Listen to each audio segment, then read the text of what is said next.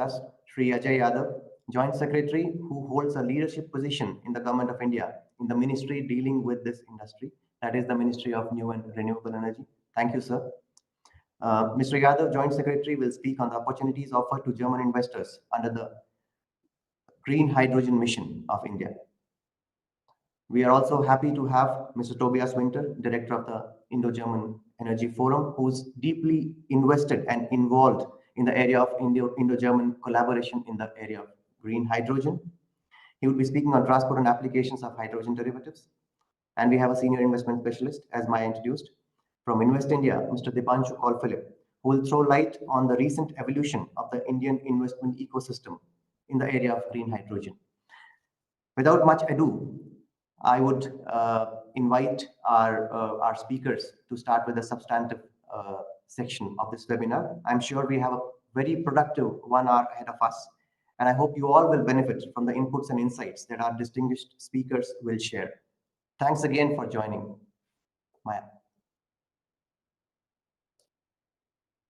Thank you so much, Dr. Dinesh, for these introductory words. And without further ado, I would like to hand over the virtual mic to Mr. Yadav. Over to you. Thank you, Maya. Am I audible? Yes, you are. Yeah. So thank you, Maya. Thank you, Dr. Dinesh, and my fellow speakers, Tobias there and Dipanshu, and distinguished participants. I have a few slides to make, and I'll just get into the next slide. So as we all know, green hydrogen is now being called the fuel of the future. So as the world, as the countries, different geographies move towards their own decarbonization strategies and net zero targets, green hydrogen will play a major role in this transition. So in India, we announced our green hydrogen mission in January. We launched it in January of this year. So 2023, and this mission targets 5 million metric tons of green hydrogen by 2030. And for setting up this much of green hydrogen capacity, we would be needing a renewable energy capacity of 125. Our allocation under the mission is around $2.5 billion, but this allocation will act as a catalyst for investment of over $100 billion of investment in the green hydrogen ecosystem. And it will create 600,000 jobs and metric tons of CO2 per annum. So, and then in addition, it will also need 60 to 100 gigawatt of electrolyzer capacity for the production of this much amount of hydrogen and ammonia. So the mission is a multi-dimensional mission, and what we currently are envisaging that there will be, we have certain demand centers. We are working on creation of demand. So demand can be domestic demand from the fertilizer sector, from the refinery sector, but there's a huge export demand as well. So, for example, Germany has announced its stated objectives to import green hydrogen, green ammonia. And there are other geographies. EU has its own announcements. Then there are certain other countries which have already announced their intentions to source green hydrogen, green ammonia. So for this, we have a side program. This is a strategic intervention for green hydrogen transition. So here we are providing it's a new system, new ecosystem. And governments all over the world, they are providing a certain amount of incentives, different types of incentives. So we are also providing a certain amount of incentives for in the initial phase. These incentives are basically for production of green hydrogen as well as for manufacturing of electrolyzers. To expand the ecosystem from fertilizers, refineries, we are also having pilot projects in steel sector, in shipping, and in road transport. So these pilot projects are also underway. Then we will be setting up certain green hydrogen hubs. These hubs are expected to come up near the ports. So in fact, many of our developers, they have identified their land and they have started working. They have signed with the state government. They have signed the PPAs, power purchase agreement. So they have already started working on it and at various stages of construction of the plants. Then we are also working on regulations, codes, and standards because it is again as I said, it's a new kind of ecosystem. So different kind of regulations, codes, and standards. We are also, in fact, I'm happy to share that we have a task force with Germany on this, and we are jointly working on some of these aspects. Then we have a allocation for R&D as well, because the different kind of electrolyzers and the storage facilities, the transportation facilities, they need a bit of some amount of research and development. So we have, in fact, we have a high-level advisory group which is headed by the PSA, Principal Scientific Advisor to Government of India, and which looks after research and development aspects of the green hydrogen mission. Skill is again a very, very important component because, as I said, it will lead to creation of around 600,000 jobs. So, but then the workforce has to be skilled. So we have a scheme and we have an allocation and we have identified ITI, we have identified polytechnics, we have identified schools and then colleges and postgraduate courses, some courses as well. So we are working on developing that skill set for green hydrogen and green ammonia ecosystem. Being a new thing, then public awareness and outreach, we are working on it, and then international cooperation is again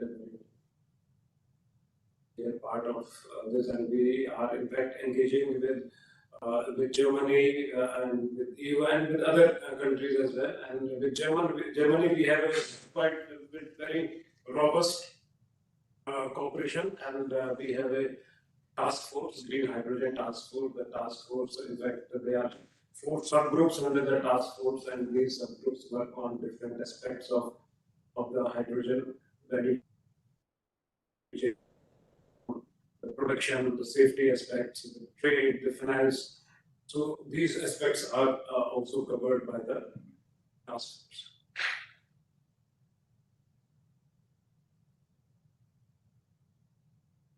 So we have a joint declaration, as I said, a joint declaration of intent was signed by the honorable ministers, and we have Indo-German Green Hydrogen Task Force. The task force has already held 2 meetings, and the subgroups under the we have a number of meetings. We have multilateral engagements as well through IPHG and Clean Energy Ministerials and some other forums.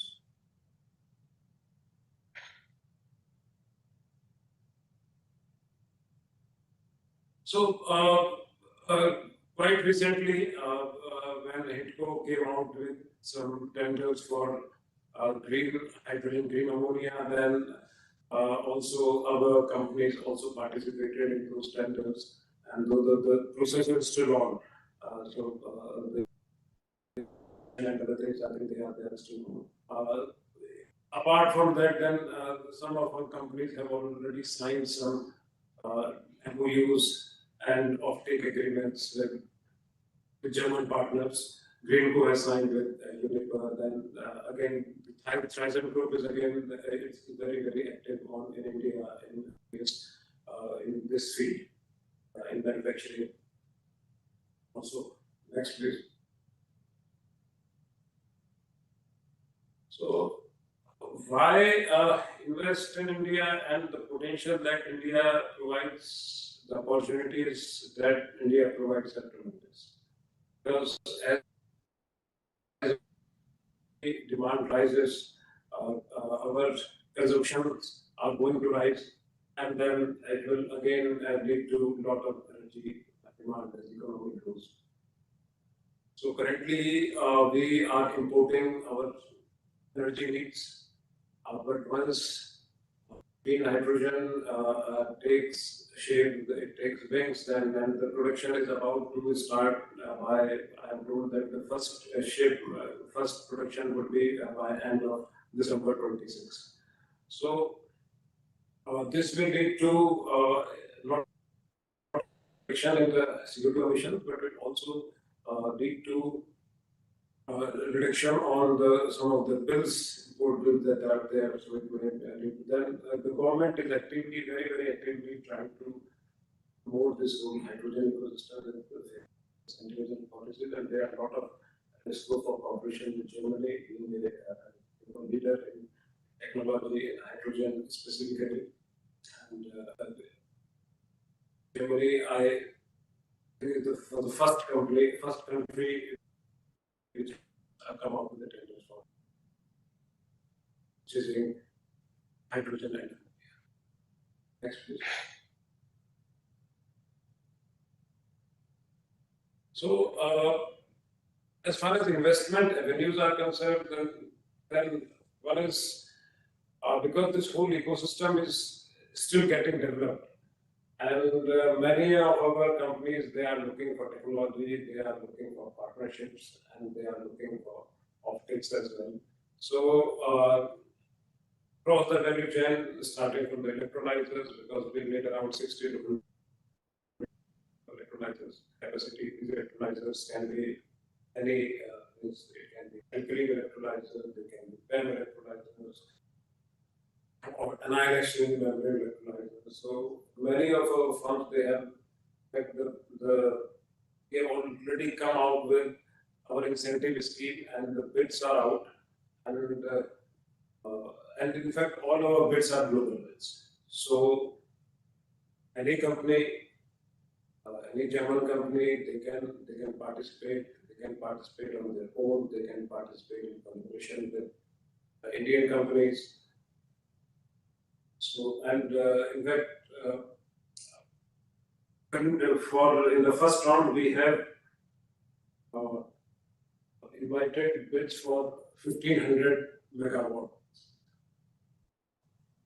electrolyzers, and will be supporting the setting up of this capacity.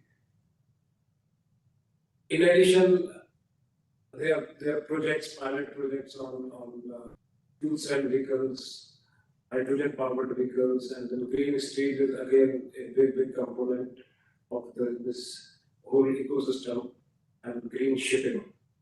So our companies, they are working on all these aspects, and any collaboration, any investment will boost it. Then research and development, again, many of our, as I said, IITs, the IISCs, and many private other institutions are also working on the technology aspects of green hydrogen, and research and collaboration there is again very welcome. This whole supply chain, starting from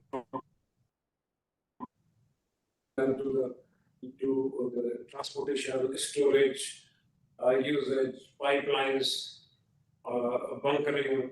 So the electrolyzer value chain, so the manufacturing chain. So there's a lot of scope for investment, and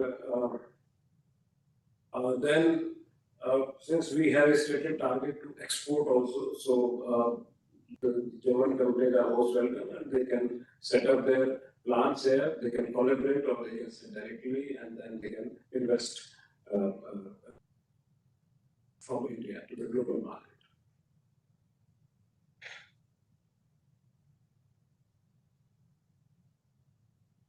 So I would also like to touch one point here, that is Article 6.2. This Article 6.2, the Paris Agreement, it already has provisions for agreement on the government-to-government basis for trade of hydrogen, green ammonia. So here basically all the carbon credits that will be generated from production of green hydrogen, so they can be transferred in form of ITMOs, country that imports green hydrogen. So if, for example, if Germany is importing green hydrogen from India, then Germany can get German companies, Germany, they can get these carbon credits in form of ITMOs. So, and they will be counted towards the reduction of NDC in Germany. So, in fact, we are working on this agreement also with Germany, Article 6.2, and we have some round of discussions, initial discussions as well. So, this is one means where the companies, the production can be in India and exports can be done from India. And the biggest advantages for India here in production of hydrogen is that we have the cheapest cost of renewable energy in the world. And we have one of the largest integrated grids in the world. So our grid is capable of carrying 112,000 megawatt from one part of the country to another. So this is a big advantage, and the cost of renewable energy is one of the lowest in the world. So as you know, the cost of hydrogen is 70% the cost of renewable energy, from 65 to 70%, and the rest is cost of 20-25% is cost of electrolyzers, and then other land and water and other things. So we, in fact, are currently, though our stated target is only 5 million metric tons, the proposals that we have and that are at various stages are to the tune of around 5.8 million metric tons. So many of them have signed the land agreement, they have identified the locations. Some of them have also signed some offtake agreements. So this whole ecosystem is, and there's a whole lot of excitement in this ecosystem. And our company, they are tying up abroad, and they are, in fact, for electrolyzers also, we have currently 20 announcements for setting up of electrolyzer capacity. I think John Cockrell is there, then H2E is there, H2I is there, and then there are other players like Reliance and Ambani. So they have already announced their targets, and they are working on setting up of this. So I'll stop here, and in fact, to conclude, it's a great opportunity because the ecosystem is developing at such a fast pace. There are inherent advantages as far as production of green hydrogen in India is concerned. The costs will be very cheap, reasonable because of the low cost of RE, availability of an integrated grid, and already developed renewable energy ecosystem in the country. And in fact, we are one of the first movers here. We have an enabling policy framework. We have started work on almost all the aspects of this ecosystem. So again, thank you very much. Thanks. Thank you so much, Mr. Yadav, for sharing your valuable insights, and of course also for highlighting these really interesting and encouraging investment opportunities for German companies. Now, next up is Dipanshu Kaul Philip, who will elaborate on the recent developments in India in the field of green hydrogen. So over to you, Dipanshu.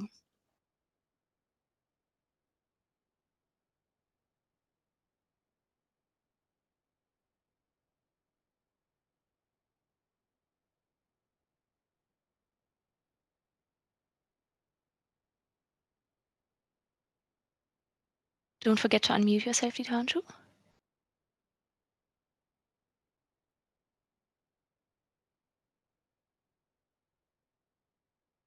No, not yet.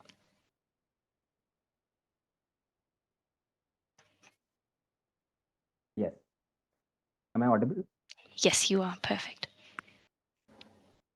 First of all, thank you so much, Rodel and Partners, Embassy of India in Berlin. I'm very fortunate to share this platform with Shri Ajay Yadav sir, Joint Secretary MNRE, and heading the Green Hydrogen Mission. Also, Dr. Dinesh Antil, who's given us this opportunity to showcase India's potential to the world, specifically Germany today. And of course, Dr. Tobias Winter, who has played an instrumental role in a lot of developmental projects here in India. India and Germany, both green hydrogen plays a critical role as a clean energy vector, whether it's production, whether it's storage, whether it's transport. It will play a critical role in the energy transition for India and the energy Wende for Germany. And there's a symbiotic relationship that develops owing to this humble element. I think most of the things have been covered very comprehensively by Joint Secretary Sir. However, I would like to probably take you all through what's happening in India. What is the what is the renewable energy opportunity? So India is implementing one of the world's largest RE expansion of 500 gigawatts by 2030. We are the fastest growing large economy, having sustained great growth rates throughout shocks such as COVID. We have the third largest startup ecosystem in the world. I'm very happy to announce that, in India, we have a lot of green hydrogen startups also booming, even though this sector is as nascent as it can. India is the third largest economy by PPP measure. We are the fifth largest economy by GDP nominally. And in the climate change performance index, India is among the top 5. This demonstrates India's commitment not only to an economic development, but also a sustainable development. And the energy sector plays a major role in this. We have 1,000 plus gigawatt of total renewable energy potential in India, whether it is solar, whether it is wind, whether it is hydro, and now also offshore wind is being developed by India. We have 175 plus gigawatt of installed renewable energy capacity, fourth largest globally. We are also the fourth largest in wind and solar. The breakneck speed at which renewable energy has grown in the last 10 years is very remarkable, especially solar, which went from 2.6 gigawatt in 2014 to now almost 70 gigawatt of solar capacity. And I'm fairly confident that the same enthusiasm and the same results will be demonstrated in the green hydrogen and electrolyzer manufacturing space as well. As per the Ernst & Young's Renewable Energy Country Attractiveness Index, India has been consistently at top 3 position. Now, I think, we have talked about National Green Hydrogen Mission. Sir has very succinctly put the targets that are there before India. We have an present gray hydrogen production of around 5.2 million metric tons, which are roughly around 6% of the global share. And the first, I think, low-hanging fruit for India is to transition this gray hydrogen into green hydrogen. We have an annual target of 5 MMT green hydrogen production by 2030. And this 5 MMT will go much beyond, since will be heavily focusing on both exports as well as domestic demand. Beyond this, in order to support this, we need sizable renewable energy infrastructure. 125 gigawatt is the estimate amount of additional renewable energy that will come up for supporting this green hydrogen ambition. This will also be supported by hundreds of gigawatt of electrolyzer capacity. India is very fortunate to have large amount of land, great experience as far as renewable energy capacity is concerned, whether it is through our solar parks, whether it's through our wind farms, hybrid plants, and so on. Lastly, it will bring in 8 lakh crores of investment by 2030. And this 5.2 MMT of gray hydrogen will be absorbed in the domestic market as well. Refineries, methanol, ammonia, These are the major sectors which will absorb. We are looking at refineries and the fertilizer industry to be the first low-hanging sectors. However, in the medium term and long term, we are also looking at hydrogen becoming a key storage element and being there in the end-use mobility applications. I'm very sorry to interrupt you, but I think the slides are not changing. So there were a couple of messages in the chat, that's why I just wanted to. Is it visible now? Not yet. It's coming. Yes, now it's there. And now we've also gone to another slide. Perfect. Sorry. Carry on. Yes, now it's working. So sorry, some I think technical issues. However, what I was trying to put across was that India has a great renewable energy potential, 1,000+ gigawatts across solar, wind, and now even offshore wind. We are third in the renewable energy country attractiveness index. We are the fastest growing large economy, third largest startup ecosystem. And the way our population is growing, it's going to be young, it's going to be skilled, and the demand is forecasted to be much more than 800 gigawatts of renewable energy. And there hydrogen plays a critical role in greening India, both as far as production, storage, and transport. We will also be exporting green hydrogen to the major demand centers of the world. So we are looking at not only make in India, but make for the world. What has been happening in green hydrogen sector? I think Ajay Yadav sir has touched upon most of the points. However, I would like to run across them. So within the past couple of months, I will have to say India has given a solid pole position in the world through the Strategic Intervention for Green Hydrogen Transition, which is a SITE program. It's the first subcomponent under the National Green Hydrogen Mission. We are supporting incentivization of green hydrogen production and electrolyzer manufacturing. We are looking at bringing in technologies across all 4 types of electrolyzers, whether it's alkaline, whether it's solid oxide, PEM technology, and so on. For green hydrogen production, we have an outlay of $1.58 billion, incentives of around $0.61 per kg. For electrolyzer manufacturing, we have $538 million earmarked. And the first tranche of bids have already been rolled out. So that just demonstrates the kind of speed at which the ministry is working. And of course, the way industries have come and are trying to match their speeds in terms of their knowledge sharing, whether it's regulations, standards, or their commitments. And finally, during the World Hydrogen Day that was celebrated in India, we also launched the R&D roadmap, which has covered all aspects end-to-end of green hydrogen, whether it's production, safety, storage, transport, end use. And to further incentivize producers to, reduce their capital expenditure, India is also bringing out its national carbon market, which Sir talked about. Hydrogen has been included in all its forms in the 13 activities that will be recognized for the generation of these carbon credits. And these will be linked.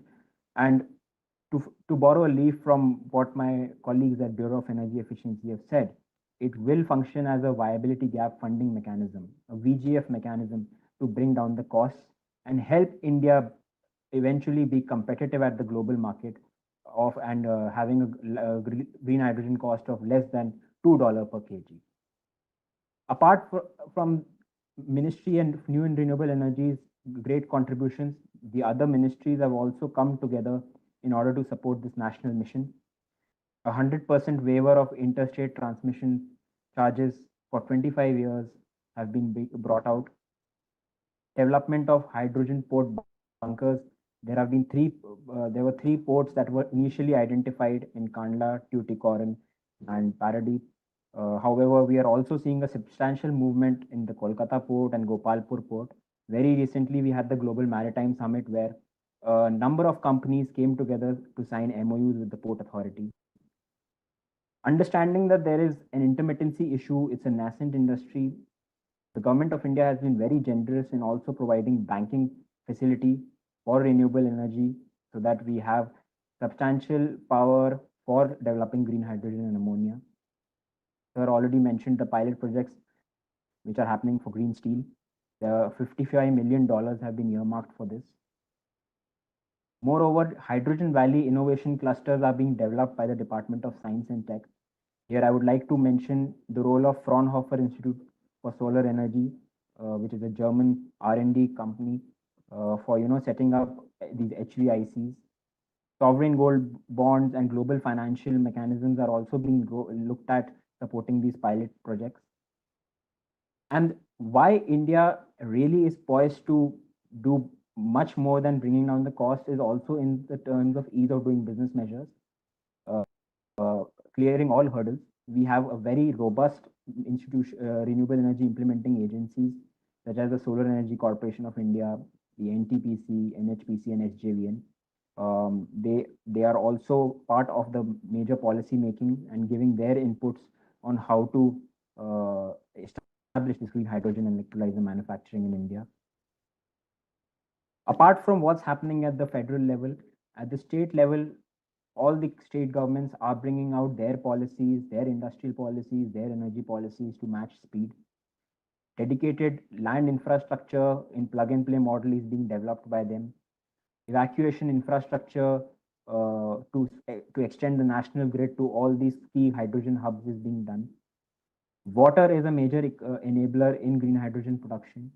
Apart from the 70% cost of renewable energy and 25% of electrolyzer, water availability will play a critical role, especially purified water. We already have great logistics connectivity through the Sagarmala program and the Bharatmala program. Now, what's the role of green hydrogen? What's India's map going to look like? We have 8 renewable energy rich states, which will bring down the cost substantially. We have hydro capacity. So we are also in conversation with state governments to explore different pathways to produce green hydrogen, which includes biomass, hydro. And then, of course, we have decarbonization clusters of mining, cement, aluminum, coal, which will cater and build the domestic demand for India. We have a 7.5 kilometer long coastline, which will augment India's capabilities to export green hydrogen to various parts of the world. Germany happens to be one of them. And as I had mentioned, we have 4+ hydrogen ports that are in the initial stages, and we'll be seeing a lot more come in the near months. Global investors from across the world have been working with us, have been reaching out to the ministry for investment strategies, whether it's John Cockrell, as Sir mentioned, whether it's the Petronas Group, Statkraft, H2B2 and ThyssenKrupp, both electrolyzer manufacturers, green hydrogen producers, even storage, whether it's in this solid form, liquefied form, or through large cylinders. Now, what's in it for Indian companies and what's in it for German companies? Where do we come together in shaping this reality? Technology will play a key role in building down the in scaling of electrolyzers and bringing down the cost. Germany has a rich experience as far as green hydrogen pipelines are concerned. Very recently, we must have all read the news of green hydrogen pipeline project. We have a strong MIIM, which is the Make in India under Make in India Mittelstand. We have a number of MSMEs of Germany, which are shaping this technology revolution. And it is important for these hidden champions to come together with Indian companies and Indian startups and see how they can maximize their returns. India is also in conversation with major off-takers for the export of this green hydrogen, green ammonia, and green methanol. There is immense scope for collaboration between the two countries on capacity building, skilling, and the development of regulations, codes, and standards. Now, how does Invest India play a role in this? Invest India is a national investment promotion and facilitation agency. We are a bridge between the industry and the government under the aegis of the Ministry of Commerce and Industries. Our sole mandate is to make in India, make for over the world. I come from the energy sector and I work very closely with the Ministry of New and Renewable Energy and the Ministry of Power. Especially with JS Ajay Yadav sir's office, who has been kind enough in supporting our go-to-market strategies for these companies, finding them land, in helping them resolve their issues. I will have to point out the special thing that we have launched very recently. It's the National Single Window System, dedicated for green hydrogen, so that any investor in Germany can just sit there and apply for approvals. This is, of course, in a very preliminary stage, and we look at investors, both domestic as well as foreign, to come and help us make this system as robust as it can. And all that we do is, of course, for making India a great destination for investments and for manufacturing. One example that I would like to mention is the renewable energy manufacturing park that's being built in Madhya Pradesh. This is just an example.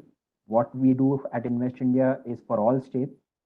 However, we are working with the Madhya Pradesh state to develop an RE manufacturing zone that will go beyond vanilla solar and wind parks, but will also look at incentivizing manufacturing for small components, the balance of supply components, whether it's walls, whether it's connectors, whether it's diodes, junction boxes, demisters, and so on across the value chain in renewable energy. Such initiatives are being taken by all states, whether it's Telangana, Gujarat, Tamil Nadu, and Invest India can be your first touch point in this journey of yours towards investing in India. With that, I conclude my presentation, and thank you so much, Maya. Thank you for sharing your expertise with us and for these really interesting insights. And I would now like to hand over to our last speaker for today, Mr. Tobias Winter, who will speak about hydrogen derivatives, more specifically about the transport and applications from the perspective of German and Indian companies. Mr. Winter, over to you. Yeah, namaskar, everyone. Maya, can you hear me? Yes, perfect. Yeah, wonderful. So excited, Sri Yadav, sir, that you take your time personally to actually attend the entire webinar. Thank you very much for honoring us with your presence, sir. Sri Antilji, Doctor, thank you for having initiated this webinar. Let me be really quick. What is maybe the main interest? Because I think a lot of our participants I see are really high professionals from the sector itself. So I'll just go quickly through the presentation to just make us aware that India already is the third largest gray hydrogen producer and consumer in the world. So India already being an elephant in the room, it is clear that when we talk about derivatives, that we talk about replacing gray by green and maybe looking into the fertilizer sector, which is consuming around 45% of the entire gray hydrogen till date. You see there is also a lot of imports still that India could replace by producing green ammonia. European interest in India, I think, really kick-started when India announced its national green hydrogen mission and announcing the aim of becoming a new global hub of green hydrogen and its largest exporter. And that addition of being a largest exporter, being an international hub, that really caught the interest of Europe and European countries, because as you're all aware, Germany doesn't make a secret out of it to still be a net importer of hydrogen and its derivatives, even in a carbon neutral world. And if it comes to green hydrogen, we know it depends mostly on the cost of green electricity. And we are thankful to Ministry of Power, Sri Sahai from Power Foundation of India. He has actually made publicly available the data of Bloomberg New Energy Finance, ranking the levelized cost of green electricity in the world. And here you can see, at least with the data from 2021, that India is able to produce green electrons from solar energy at the lowest cost globally. What's really important to understand is that India basically has baseload solar available. So when we talk about Germany and Europe, we have the Jan, Feb, November, December, where solar generation really goes down. In India, the worst day of solar generation all over India is only 50% of the generation of the best day. And that is really something which I would say Europe is admiring India for. Somewhere in India, the sun is always shining, even with the monsoon. And if we look in the wind sector, we see that India also is positioned very well in terms of wind. And German studies have shown that India is able to produce the wind basically in the morning and in the evening time. So complementary to solar, which again makes the full load hours of the electrolyzer come up. And that puts India on the map globally. There's a ranking here of Bloomberg New Energy Finance, which most of you know, where they foresee that in 2025, it already makes economical sense for India to not bet on blue hydrogen anymore. So India could directly go into green hydrogen without wasting time on the discussion of blue hydrogen. And then when green becomes competitive with natural gas based hydrogen, that would be then around 27, 28. Again, coming back to the specific German interest. So Germany foresees a demand of around 3.5 million tons in the year 2030. That with our own goals of 10 gigawatt green hydrogen electrolyzer capacity would still mean around 70% of green hydrogen imports. I must also say that I'm quite fascinated by our minister, Dr. Habeck, when he was in India. And he was actually talking to German industrials and Indian industrials, and he said something which really caught my attention. He said, commercial affairs in the future are becoming more and more electricity affairs, power affairs, he said. So it's really the countries which are able to harvest the sun and the wind at the lowest cost, being able to produce cheap green electrons, are also going to be the countries able to be able to produce green molecules and then use these green molecules in any products. So this may be also one of the reasons why both countries actually established a joint Indo-German Green Hydrogen Task Force, which is being shared actually by JS Hydrogen, Sri Yadav sir. He has and his team has given in a lot of time to make this a successful cooperation. And certainly a big interest is being put in the green hydrogen tenders, which are actually green ammonia tenders and green methanol tenders and sustainable aviation fuel tenders. Most of you are well aware of.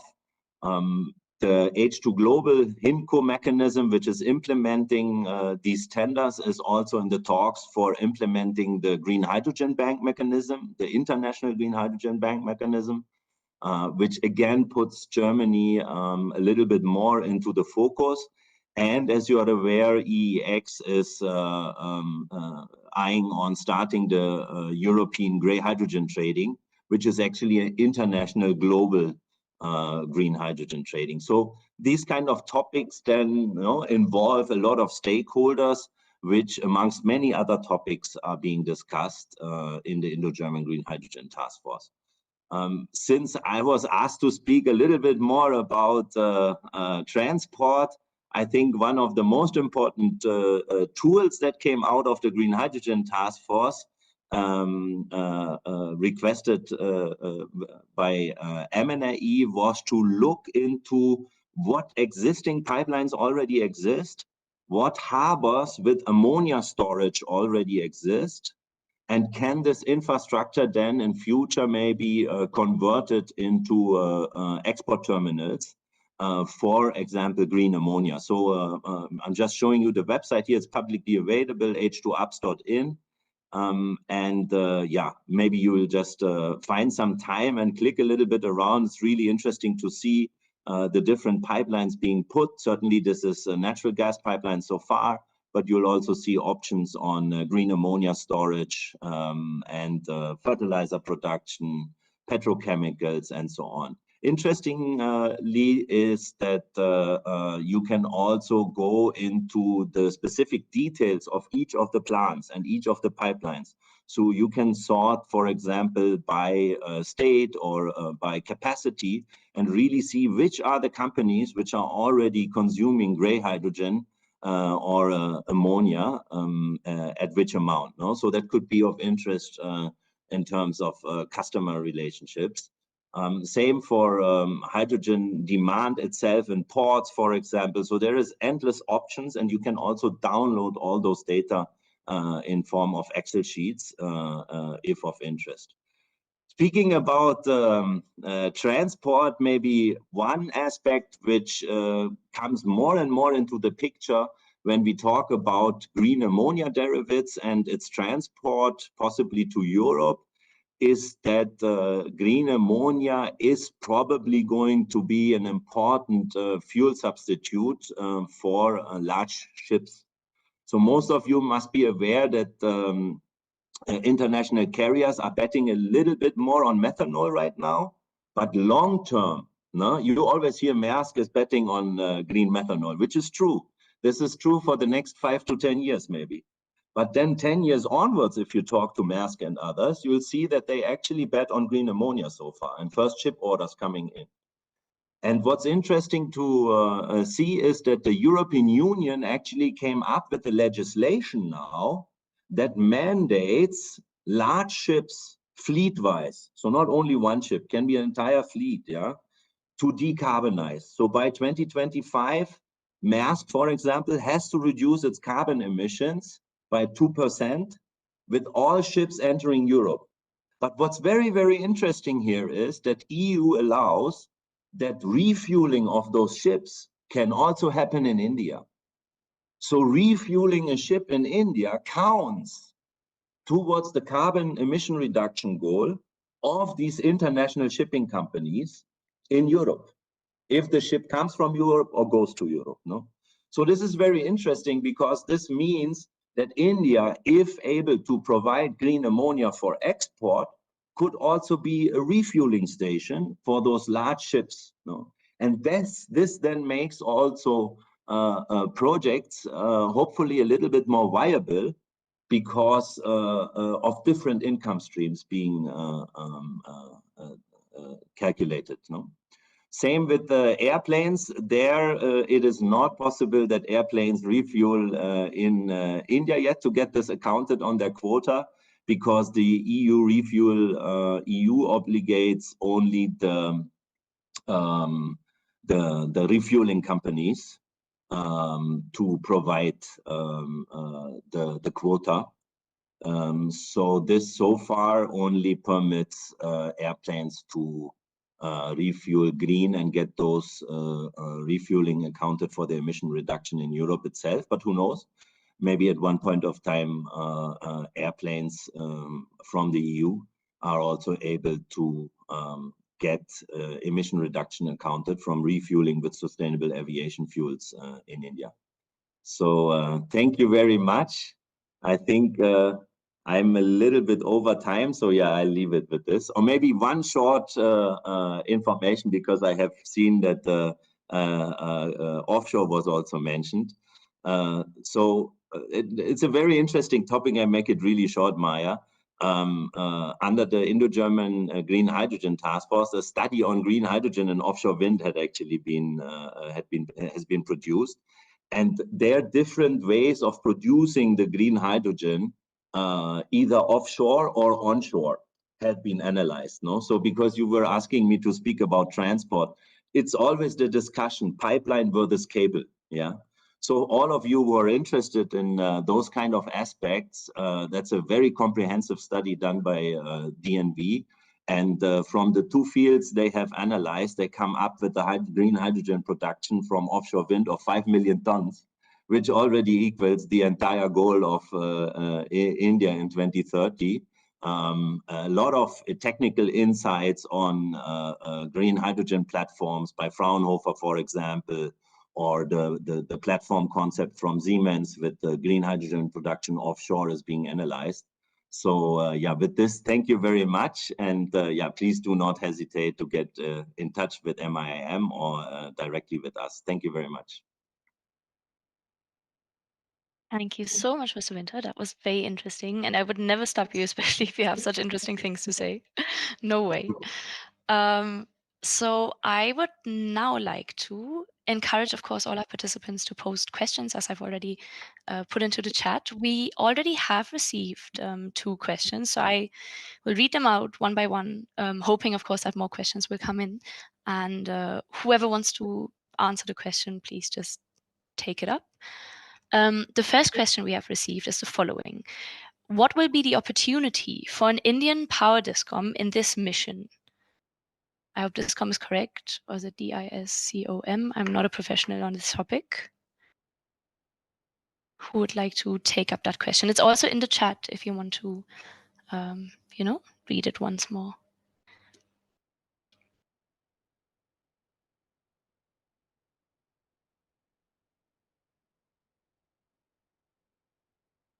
Please don't make me answer the question. I can't.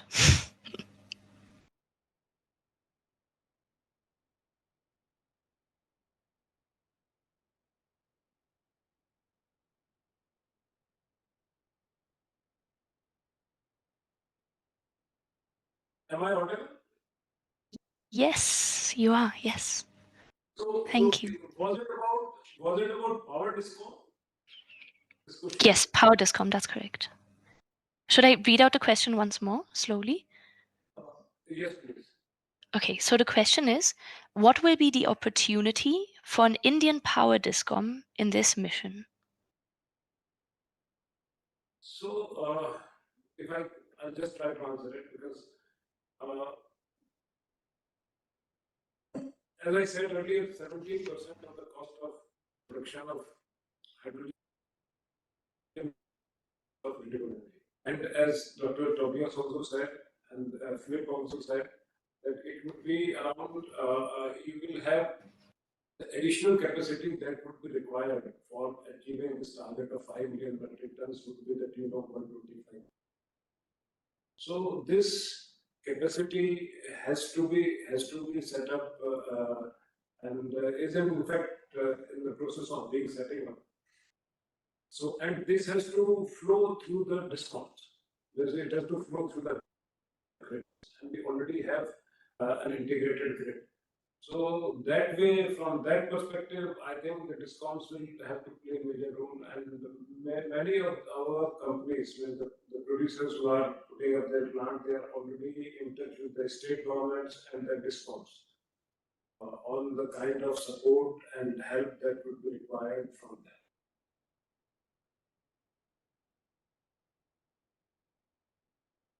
Thank you. Thank you so much. Thank you so much for the answer. I really can't judge whether this, was enough of an answer for the person who asked the question. Otherwise, please, come forward once more. Otherwise, I would now switch to the next question. The question being, 1 second, electrolyzer manufacturing requires quite a few rare earth materials.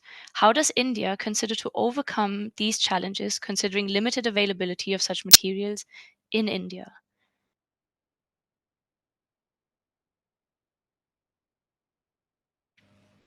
Yeah.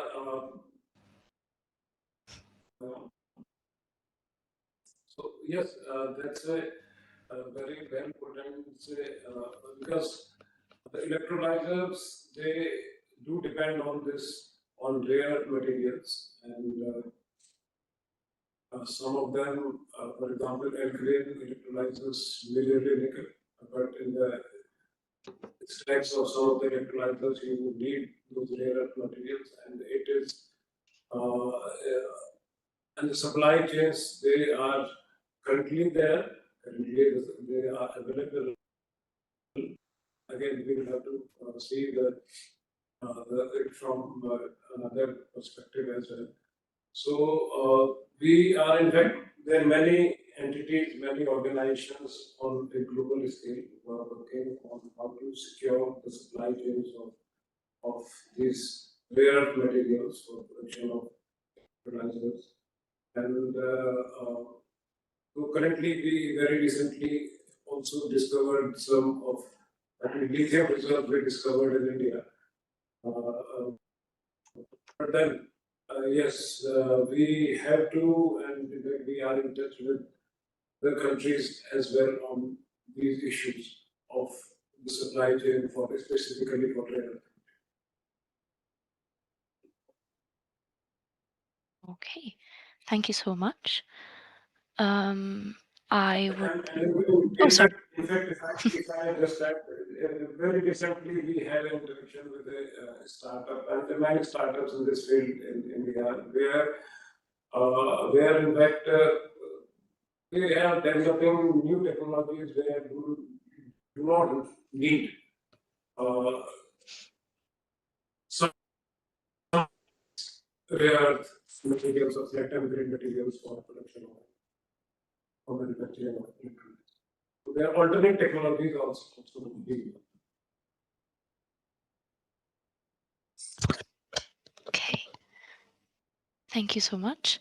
I would now go to the next question. The question being, and I can see there's a lot of conversation happening, which is nice. What is the best LCOH of green hydrogen achieved anywhere in the world?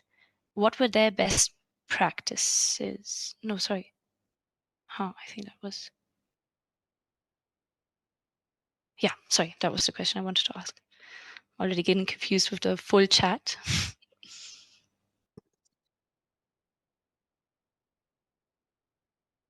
Any of our speakers like to answer this one? I know these are very challenging questions, I can tell. I attempted, so the thing that Tobias may also so actually currently the projects that are there, so these are on pilot scale. So the projects which are plants that are being built up on a mass commercial scale, this is where the production of hydrogen, ammonia will start, may come in maybe 2 years down the line. But currently the cost, because they are on pilot scale, the costs are on the higher side as compared to grey hydrogen. Okay, thank you for that one. Next question. And I think this might be the last one simply because, we're also running out of time. So for pilot projects, for small GH2 production capacity, like 1 ton, can we have identified sites of land by the government of India or any agencies?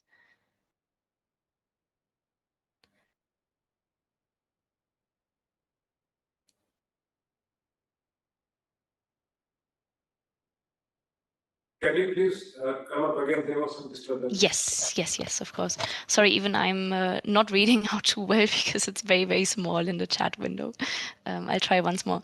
So for pilot projects for small GH2 production capacity, like 1 ton, can we have identified sites of land by the government of India or any agencies?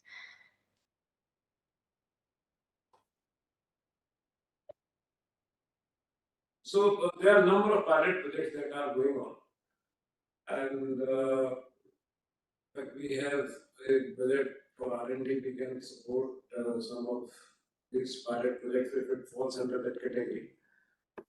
But then for setting up of these pilot projects, one can approach the state government because land is state subject, either state government or they may approach certain labs or academic institutions or maybe some industry, and then they can. Basically, we can support on the technology side, but for land, etc., they will have time and collaborate with the agencies and institutions. We can facilitate it. So just to build on what Ajay Yadav sir said, Invest India does that. Invest India, since we are structured in a way where we have around 49% of stake by the government, 24.5% is with the government of India, and the other remaining is with the state government. So we have the India Industrial Land Bank, which is a sister concern, where we have land banks on a digital platform. This question has been posed by, I think, somebody from NHPC. So we have been supporting the other REIAs also in obtaining land and expediting this conversation with the State Industries Department. As sir mentioned, land is a state subject. So ultimately, it is the states that give us the options of land, and of course the sort of incentive, how levelized, how much of leveling has happened in the land, how close it is to the grid. Those things come up from project to project, but Invest India helps in expediting that. Thank you so much, Dipanshu. And I think, unless someone stops me right now, I would now close the session, as in the Q&A, not the session as such yet. And of course, should any other questions come up now or in the future, or if there are any questions that we have overlooked that we couldn't do now because of the time constrictions, then of course feel free to reach out to us, reach out to all of the partners who have contributed to this very interesting webinar. And last but not least, I would now like to hand over the virtual mic to Dr. Dinesh for the closing remarks.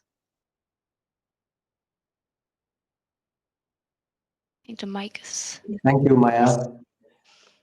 We are extremely grateful to Mr. Ajay Yadav, sir. Sir, thank you very much for making time for this out of your busy schedule. And thank you very much, Mr. Tobias Winter and Mr. Dipanshu Call Philip. In this webinar, we got very important insights on what an exciting time it is to be in India as regards the green hydrogen sector. The kind of unique advantages India offers by way of abundance of renewable energy with a high base load, with a host of incentives for manufacturing, participation in supply chain, research and development, export, finance, etc. We got briefings and insights on the whole of government approach being followed to enable the policy objective of becoming the world's leading producer and exporter of green hydrogen. The Indo-German collaboration, which is already at its highest ever stage. The German investments in India are now 3 times what they were in 2010 across all sectors. And the special thrust that both countries are giving on collaborating in this sector will see this partnership reach new heights in coming years. And as Joint Secretary Sir has highlighted, there are ongoing areas of collaboration like the Green Hydrogen Task Force, and there are discussions on, for example, on partnering under Article 6.2 of Paris Agreement, which will further strengthen and synergize this ever-growing partnership. So thank you very much to all attendees for making time to be with us here today. And thank you again to all the speakers, to you, Maya, and to all the partners who made this possible today. Grateful to. Thank you. Thank you so much, everyone. Thank you. Here milenge. Thank you, Maya, for your support. Thank you to the embassy.